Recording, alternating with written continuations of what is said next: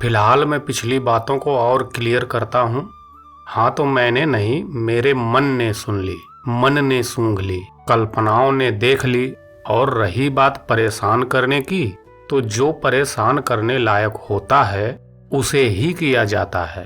तुमने देखा भी होगा कि ज्यादातर बंदर मंदिरों के आसपास ही रहना पसंद करते हैं, क्योंकि वहां उन्हें खाने पीने को मिलता रहता है, भूखा नहीं रहना पड़ता। पीहू मुस्कुराते हुए कहती है, तो सूंघने वाले बंदर हो। अनिमेष कहता है, समझ में नहीं आया कि बंदर कह रही हो या कुत्ता। वैसे तो मदारियों के पास वाले बंदर बंदरिया कभी कभार कपड़े पहने हुए भी दिख जाते हैं, बाद बाकी नंगे ही रहते हैं।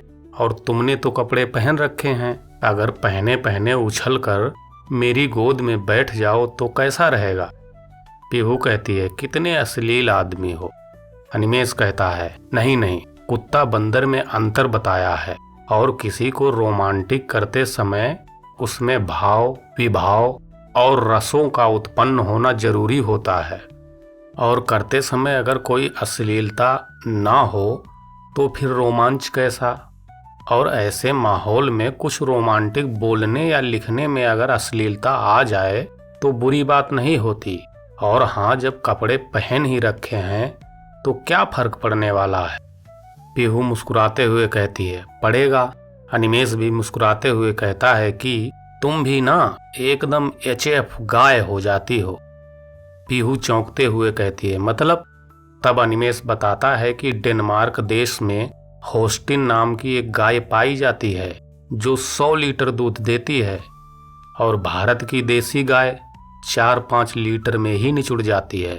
इसीलिए वैज्ञानिकों ने दिमाग लगाया कि फिजीशियन और होस्टिन गाय का क्रॉस ब्रीड किया जाए, और कर भी दिया। ऐसे बनी एचएफ गाय। अब एचएफ गाय 50 लीटर दूध देती है, तो कुछ लड़कियां गाय बराबरी विदेशी लड़कियां गायों से करती हैं, और दूध 1 लीटर भी नहीं दे पाती। हालांकि मुझे दूध से कोई लेना देना नहीं, मेरा ध्यान गाय पर ही है, क्योंकि गाय गाय होती है, और कुछ लड़कियां भी गाय की भांति बहुत सीधी सादी भोली भाली होती हैं, और कुछ तो बिल्कुल बैल। हाँ तो मैं कह रहा था कि बंदर मंदिरों के पास ही रहना पसंद करते हैं, इसलिए मुझे अपने आसपास भटकता बंदर भी समझ सकती हो। पीहू मुस्कुराते हुए कहती है, तुमने तो मंदिर बताकर ले, तुम जैसे लोग ही गाय या मुर्गे से भी अंडा निकलवा सकते हैं। अनिमेष कहता है, अंडे से याद आया कि वहाँ की मुर्गियां भी रोज अंडे देती हैं, और यहाँ की 15 दिन देती हैं और 15 दिन नखरे दिखाती हैं, यानी कि कुड़ुक हो जाती हैं। कुड़ुक हो जाती हैं, नखरे दिखाती हैं, इसीलिए लोग उन्हें खा जाते हैं। पीहू जोर जोर से हंसने लगती है। अनिमेष भी हंसते हुए कहता है, नहीं, इस पार्क में आप दोनों के अलावा कोई इतनी कोमलांगी दिखी ही नहीं। और जब कोई भंवरा गार्डन की सैर करने निकलता है तब वो सबसे पहले सुंदर फूल पर ही बैठता है। आप दोनों सुंदर हैं, एकदम मंदिर की तरह, इसलिए आपके पास आ गया। अब यह बताओ कि किसकी गोद में बैठूं, और फिर ये बताओ क्या मैं आप लोगों को परेशान कर रहा हूँ। और रही बात अनजान होने की, तो मैंने अपना नाम पता बता ही दिया है, और आपका भी जान लिया, तो फिर अब अनजान कहाँ रह गया। आकांक्षा हंसते हुए कहती है, भंवरे जी, आप पीहू की गोद में बैठ जाओ। पीहू कहती है, अभी तो बहुत मीठी मीठी बातें कर रहे हो, बाद में कड़वी बातों की ठोकर से दिल तोड़कर निकल लोगे। अनिमेष कहता है, कहते हैं कि कभी कभी लुट जाती है दुनिया अजनबियों के प्यार में, लेकिन बिना लुटे भी कुछ हासिल नहीं होता इजहार में। दोनों लड़कियां हंसने लगती हैं।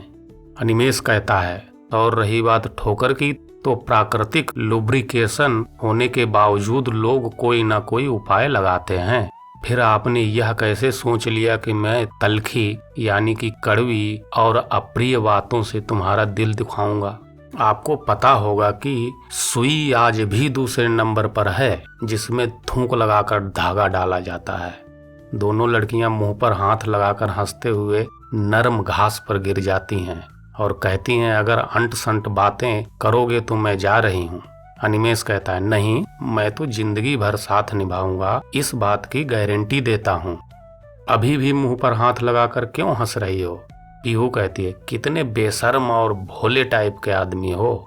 हालांकि यह जानते हुए भी कि अब पंखों तक की गारंटी नहीं होती, वारंटी होती है, फिर भी तुम जिंदगी भर साथ देने की गारंटी दे रहे हो, इसलिए हंस रही हूँ, ना कि थूक पर। अनिमेष कहता है, सुन रही हो आकांक्षा जी, इन्हें उदाहरण भी पंखा ही मिला। आकांक्षा मुस्कुराने लगती है। अनिमेष, लो तुम भी मुस्कुराकर बात टाल गई। खैर, पंखे की बात से याद आया कि एक दिन एक पंखे वाला गली में पंखे बेच रहा था। कह रहा था कि अनूठे और अद्भुत पंखे ले लो। ऐसा सुनकर सम्राट ने बुलवाकर पूछा कि कितने का दिया पंखा? पंखे वाले ने कहा, 100 रुपये का है महाराज। सम्राट ने चौंक कर कहा कि 2 टके के पंखों को इतना महंगा बता रहा है मूर्ख, क्या तुझे मुझसे डर नहीं लगता? पंखे वाले ने कहा कि बात पैसे की नहीं है महाराज, बात तो पंखों की क्वालिटी की है। आपको पता नहीं है कि ये पंखे 100 साल से एक दिन भी कम नहीं चलेंगे, इसलिए पंखों की 100 साल की गारंटी है महाराज। सम्राट ने कहा, अगर टूट गया तो सूली पर लटकवा दूंगा। पंखे वाले ने कहा, महाराज मैं हर सप्ताह आता हूँ, इसलिए भरोसा कीजिए नहीं टूटेगा। अगर टूट जाए तो सूली पर चढ़वा देना।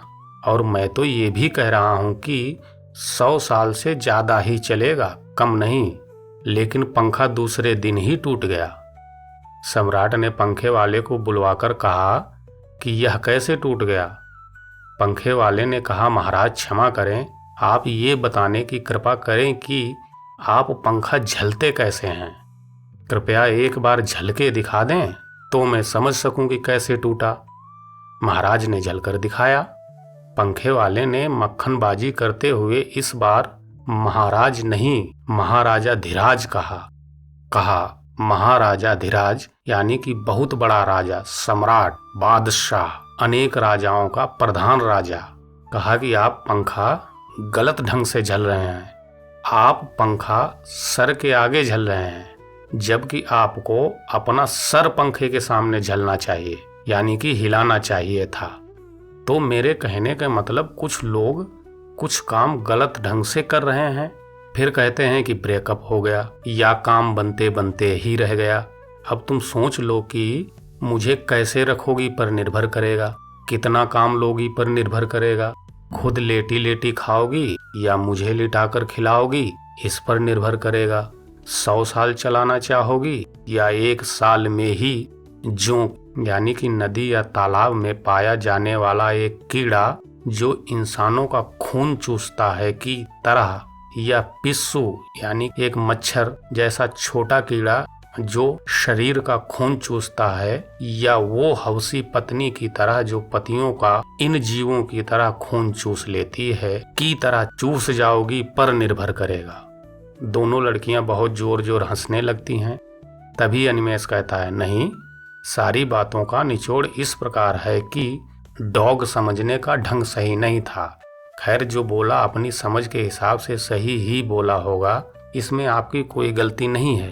पीहू कहती है, सॉरी कह दिया ना, फिर क्यों टांग खींच रहे हो? वैसे मुझ में इतनी पावर नहीं कि तुम्हें गिराकर सॉरी लिटाकर खिला सकूं।